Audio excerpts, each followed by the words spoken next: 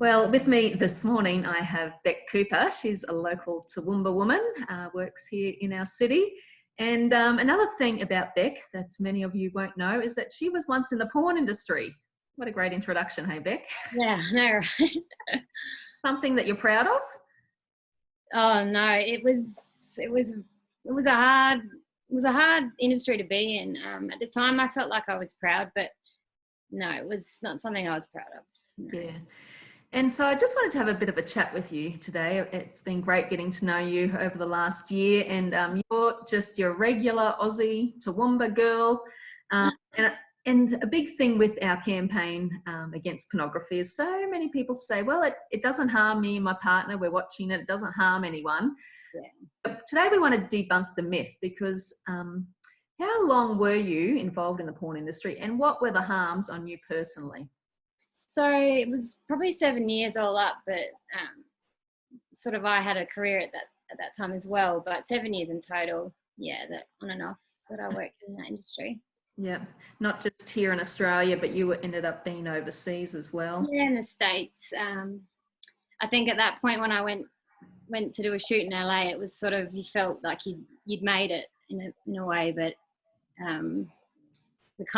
it tricked you. That industry tricked you into thinking it was very glamorous, and there was a lot of money at that time. So going overseas was just another part of that, but just made it harder to leave, I think, in the end. Yeah. So what toll did it take on you personally? I felt really blessed actually, because I could emotionally disconnect in a way that protected me while I was in it. I think it's sort of been the years afterwards that, looking back and actually reliving how hard it actually was, that it became sort of difficult. It's hard to. I felt blessed compared to some other girls that went through it, because I could disconnect. But thinking about it was one of the hardest things I ever did. But you do get stuck in that industry. Yeah, I believe you you started taking drugs while you were in the industry. Yeah, and that was, I think, it wasn't the reason why I started working there, but it became the norm. And then it sort of, you needed it at times, and then it just became part of the culture. It was towards the end, it was everywhere in the industry. So that just increased my addiction and my habits for sure. And then you're earning more money, so you can buy more. So it's just that cycle. Yeah, that is. I mean, it's weird because the pro-sex industry people, they will sell the lie that it's glamorous, it's amazing money. I did. I sold that as well when I was in the midst of it. Okay. Yeah. Yep. But then you hear, and you're not the only one I've heard who've been involved in the trade, that they had to be on drugs. So, had to disconnect. If it's that glamorous and amazing, why? I mean, I don't have to do that for my job and I love it. Why did you have to? Yeah, and I think there's a part of it, you've got the hair and the makeup and the money, that's how it sort of gets sold to you. And I sort of did the same thing. I thought, well, this is really great. Look, we're getting all these other things. You get, you get given drugs. It's the whole culture. But when you actually get down to what you have to do, that is, yeah. It's. I look back and wonder how I did stay in it for so long. But I think it was more of a pride thing at one stage, because you didn't want people to judge you, so you're trying to sell it to them as well. Yeah. To justify what you're doing. Yeah. So how did you, as a young Aussie woman, how did you end up in that place? Yeah, that your background's nursing. Yeah, and it's probably not the story that people really expect, but someone mentioned it to me that I was working with and said that I had potential to do well. And initially I was really shocked, and I thought, as if I would ever do that. And I think looking back, I'd struggled a lot with my self-worth, and had a lot of risky behaviours, and I'd sort of challenged myself to see, well, I wonder if I could do that. And when I started researching into it and realising sort of the amount of money at that stage that you could make it seemed like I had to try to see if I could make it. But getting to those companies that are the glamorous ones, you have to go through the really, really hard stuff initially. Yeah, and I can't say I got into it because I needed the money at the time. I think I didn't really have any respect for myself when I thought, well, if I can make money in it, then I'll have a go. So it's kind of, yeah. It's so simple. Someone just saying, hey, you could do well. Yeah, because I'm a little bit, sometimes looking back, I still wonder how did that change for me, that I was shocked and then I, started doing that kind of work. But there's a certain control and attention and the glamour that came with it, that I wanted to do really well in it, to see if I could do well. And it became a bit of I wanted to see if I could do it, really. And then you get stuck, and then the drugs, that cycle just goes on and on. Yeah. And like so many women that we both know who have been involved in the sex trade, there's usually issues that have gone on growing up, especially around sexual abuse. So you were a vulnerable young woman, and I think they know how to pick you out, hey? Yeah, absolutely. And I learned a bit of that as well, unfortunately, when I was sort of promoting that industry to people.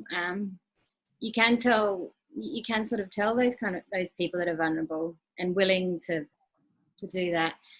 And yeah, I find that part really difficult, that I did affect other people getting into the industry. But yeah, self-worth and self-respect thing, looking at working in that industry, you wouldn't want anyone that you love to be doing that. And it's when I think about myself being in the industry, I just think, geez, I had no respect for myself at all. Then, like, I just didn't care. Yeah. Yeah, and so much of that comes from your childhood. Growing up and that situation. And that's, we do a lot of work with teen girls in our city, and I was with a group of year nines just a few weeks ago where the girls just thought nothing of sending nude pictures. Yeah. And no one, why is it illegal for us to do this and it's not illegal for the porn stars? Why do they get paid? What I find amazing is people are sending this stuff for free. Like, wow, that I can't get my head around. Yeah. So 7 years is a long time. Must have taken a big toll on your soul, your body, physically, mentally, emotionally. Were there days when you just thought, how do I get out of this? Yeah, it was. I really lived two separate lives during that 7 years, which made it worse because I justified being in that industry because I felt like and I used to say I wasn't needing the money, so this was extra for me. So I think, at the time, I think because I had also separated, it was afterwards that it really sort of affected me more. And then realizing what I had to go through to get to certain points in that industry, I thought, like, why? Wow. I don't know why I would have put myself through that. And it was competitive. Like, it was sort of became a status thing in that industry. And it took a big toll. It was the most physically, mentally draining job. And you've got, it looks on film, it's so different to what it looks like on film. And people I worked with, we used to talk about it, how funny that was, because it was hours and hours of sets, that it's not just something that happens spontaneously. It's, you got people watching it. It's very different to what people see. Not terribly realistic. No, and I don't think I met anyone that really enjoyed the physical part of it because it was so exhausting, like mentally and physically. It was long. It was hours that you would be on these sets for. Yeah. But then some people say, "Oh, but these porn stars love their job. They love doing it." But it just seems like, being able to do that and saying that you love that job I find that really saddening because they're giving a huge part of their self to millions of people. Yeah. And now some of them are doing it for free. Absolutely. So, yeah. I mean, do you worry that your face is now out there for everyone, or? I actually hadn't really thought about that until I'd gotten to the States. And because back then there wasn't that much as these days. Like these days it would be hard to find me unless you specifically looked for companies in my name, because there's so much out there. Like it's unbelievable how much is out there. And I think towards the end there wasn't enough money for the amount of work, so it just became ridiculous that I would keep going, because there's so much of it now. Yeah. So it would be unlikely if I did get seen, but I would. Yeah, it's still out there, so I just really pray that never happens and wouldn't be recognised. But at the time it wasn't something that I actually thought about, and I felt really a bit like, why would you not think about that part? No, you don't always. So how did you end up getting out?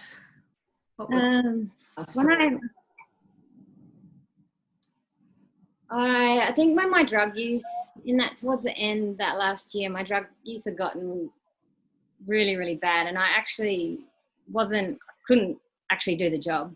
I was too anxious. I was too scattered. I couldn't, I struggled even going outside some days, and I was still trying to work as a nurse.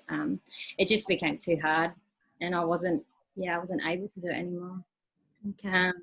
And it was, I was over it. It was too much. It was so competitive. And you had to keep reaching the next stage, and you're expected to do more. That was the other thing. The producers were wanting you to do all these extra things that were just out there, and that was just expected, because if you didn't do it, someone else would take the contract. Yeah. And so it would just ramp up. The more that got put out there, the more you're expected to do. Because the more people watched, the more they wanted something different, I guess. Yeah. So you've since had to go to rehab. For a while. Which good on you. That takes a lot of guts, but just to get your life back on track. Yeah, that was hard. So hard. But it wasn't as hard as how I was living. So I think for me, I got to that point where nothing was going to be harder than what I was doing. Yeah, no, that's great. Well, you're an inspiration, because you've come out the other side, and you're well adjusted and in our community and helping so many others now, which is awesome. And your courage just to speak up too, in a city where people know you. But I think it's your passion to help get word out there on the harms. So what would you say, as we finish, if someone just said to you, look, me and my partner, we watch porn, it doesn't harm anyone, what would you say? Gosh, so many things, because I've been in that situation before, and I think there's a whole lot of things. It actually really affects people's sex lives. They become dysfunctional.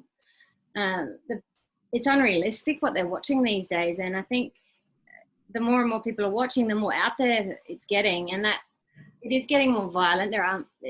And that's just what they seem to think is what people are doing, and that's what women like or what men like, and it does affect everyone that I know that I've spoken to that has watched porn in a relationship has said eventually it does affect some part of it. And also I think from my perspective, behind the scenes, it wasn't enjoyable, and it was really, really hard. So I think, I don't know. It's so dysfunctional in so many ways, and it's so unrealistic, and it sort of takes something special from these people, and for themselves. It shouldn't be so open like that, and it just opens it up to more violence, more abuse and assaults, because it's just so accepted now. Yeah, no, absolutely. And I think it's a major reason why we have huge domestic violence issues. Oh yeah, and that's in our nation. It actually, I didn't realize at the time when I was promoting it that the damage that it does do in relationships to families, to children. And now, like, kids you used to have to sort of sneak into a newsagent to steal a magazine, and now it's literally like everywhere. Absolutely. And that's something that is scary, because children that are introduced to porn early on, that is really, really damaging, really damaging.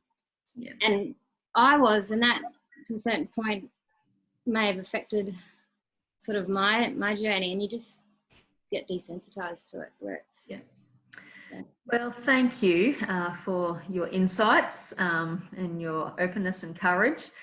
And I guess, you know, today we just really want people to think about the women on the other end, the people doing you're real people. and the men as well. The men. It's different. Yeah, it's definitely. So even if you don't think it's harming you and your partner while you're watching it, it's certainly harming the men and the women on the other end of the camera. And so that's something to consider. And I think one thing that I've said to people is 100% of the girls that I met in that 7 years, which was a lot of people, 100% of them had experienced trauma or sexual abuse when they were younger. Yeah. So being open to doing that for millions of people is really sad. Is really sad for them, because there's no respect, and their self-worth is that's what I find hard. Absolutely. Yeah. Awesome. Well, thank you so much for your day off. We'll let you go and enjoy your time with your dog. Beck also rides a Harley, so if you see her out, run her over, and she cycles. Good fellow cyclist. Anyway, thanks heaps, Beck. No worries.